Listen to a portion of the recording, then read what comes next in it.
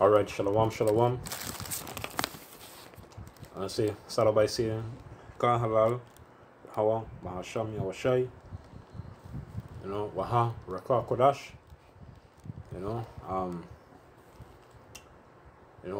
double honesty, the elders of Israel, which is the elders and apostles of Great Millstone. Alright, and shalom, to the Akim Ole, they're pushing the word in all truth and sincerity. I just want to touch on something real quick. This wouldn't be a long stream. I just wouldn't have time after till I upload the video. Alright, so I just thought I'd do a stream and allow it to upload itself and just get out of the way. Right? Let's take it down on time. Right?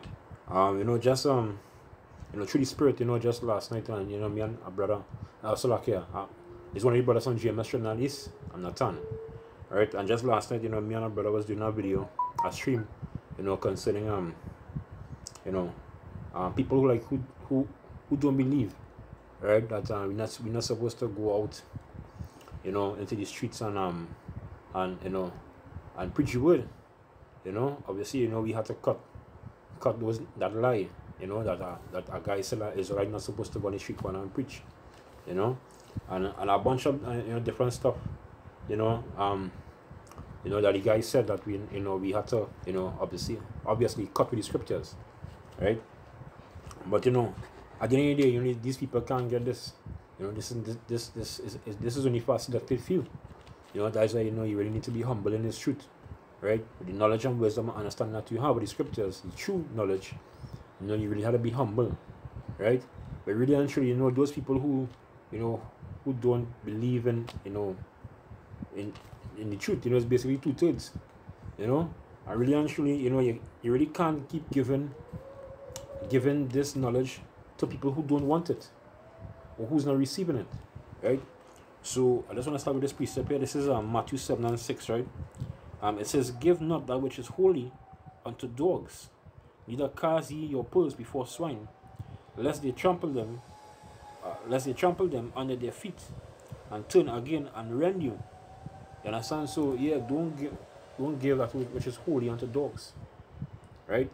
The holy thing you're talking about here is the scriptures, and the dogs you're talking about here is the people who don't want it, who's not receiving it, right? So don't give that which is holy unto dogs, neither cast your pearls before swine. You understand? So this word, I like pearls, and pearls is a precious thing. So therefore, what you wouldn't cast it. You wouldn't take your precious pearls that you probably bought in a really nice jewelry store and throw it in a pig pen, right? Because they're not gonna appreciate it. They're gonna, walk all over it and trample over it. That's what the scripture says. They say, neither cast your pearls before swine, lest they trample them under their feet. Yeah, so that's what the 2/3 doing. They're trampling this word under their feet, right? So they basically see that this word ain't worth nothing. It ain't worth shit. You understand? Right? And it said, and they turn again and rend you. So yeah, after these people trample, after you've given this wood, this precious oil to these people, right? They're gonna pour it on the ground, right? And walk all over it. And after that, turn on you. You understand? So you really need to, have your words be seasoned with salt. You need to know what it is you're giving onto these people, right? Because they're not gonna receive this wood. You understand? They're not gonna receive it. So after somebody who you talking to a person for some time, really and truly, you're not supposed to be going through the same thing over and over with somebody. That not really making sense. Not really making sense. You understand? Just to show that you really and truly supposed to leave these people alone. You understand? You're supposed to leave these people alone. Once you're not receiving this truth, you leave them alone. Right? This is Titus chapter 3. Right? I'll start off with verse 9. Right? Titus chapter 3 verse 9. It says, "But avoid foolish questions and genealogies and contentions and strivings about the law, for they are unprofitable and vain."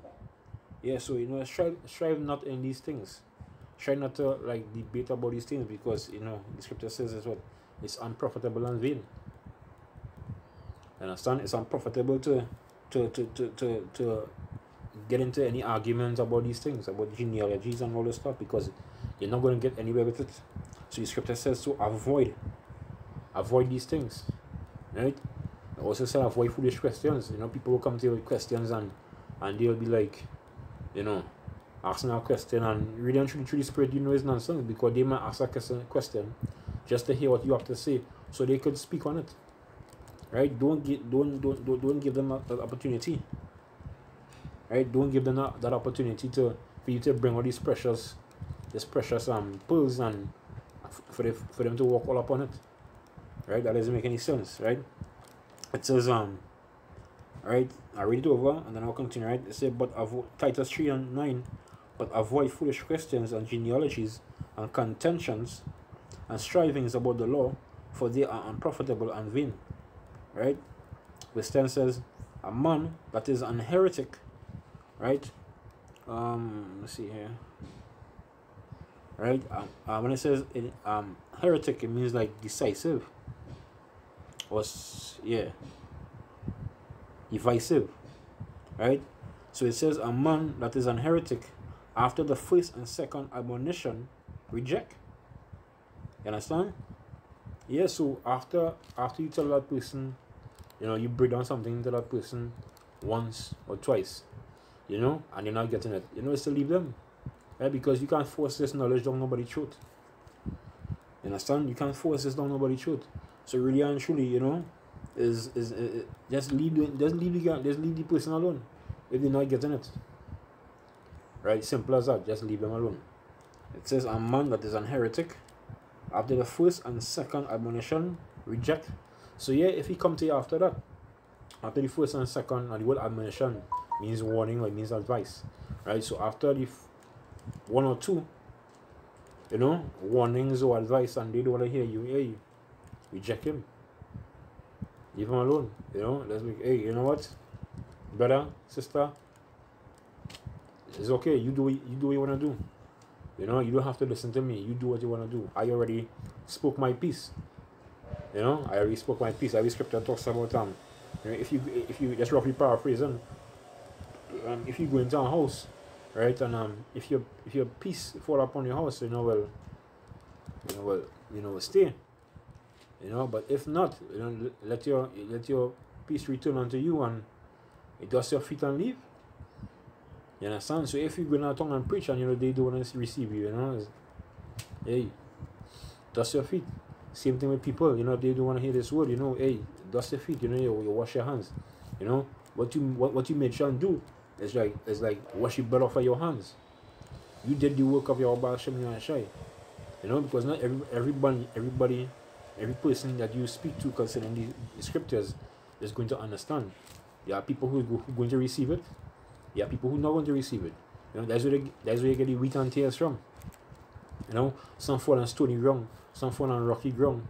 You know, so yeah, I mean, for these things to happen, which means it's prophecy. You understand? These things must come to pass. These things must happen. It must have people that don't understand. It must have people that understand. It must have people who don't believe. It must have people who believe.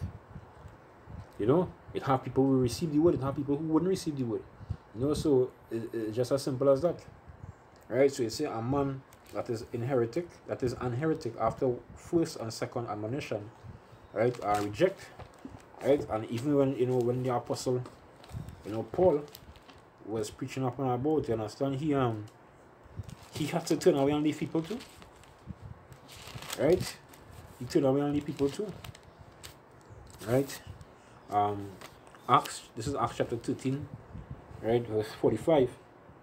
It says, then Paul and Barnabas waxed bold and said, Salakia, Acts 13 and 45, right? It says, but when the Jews saw the multitude, they were filled with envy and spake against those things which were spoken by Paul, contradicting and blaspheming, right? So when they heard the things that were spoken by Paul, you know, they did not agree with it, right?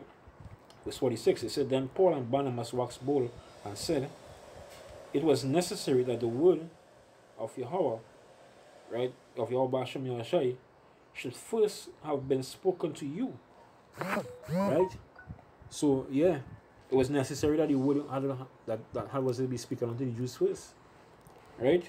It says, but seeing ye put it from you, and judge yourselves unworthy of everlasting life, lo, we turn to the Gentiles. Yeah, so after Paul spoke to them, you understand, they didn't receive it because they started to blaspheme and stuff. Right? So they started to speak against what Paul and them was preaching about, Paul and Barnabas was teaching. You understand? But what Paul did, what he did, right? He says, seeing ye put it from you. Put what? Put the knowledge that be given unto you, the wisdom that be given unto you. Right? You'll put it away from you all. Right? It says, and judge yourself unworthily, right, of everlasting life. Yeah, so they judge themselves that that they don't want to receive this everlasting life. Because this scriptures is everlasting life. This have everlasting life in it. Right? The words of Yahweh Bashem Yahushai.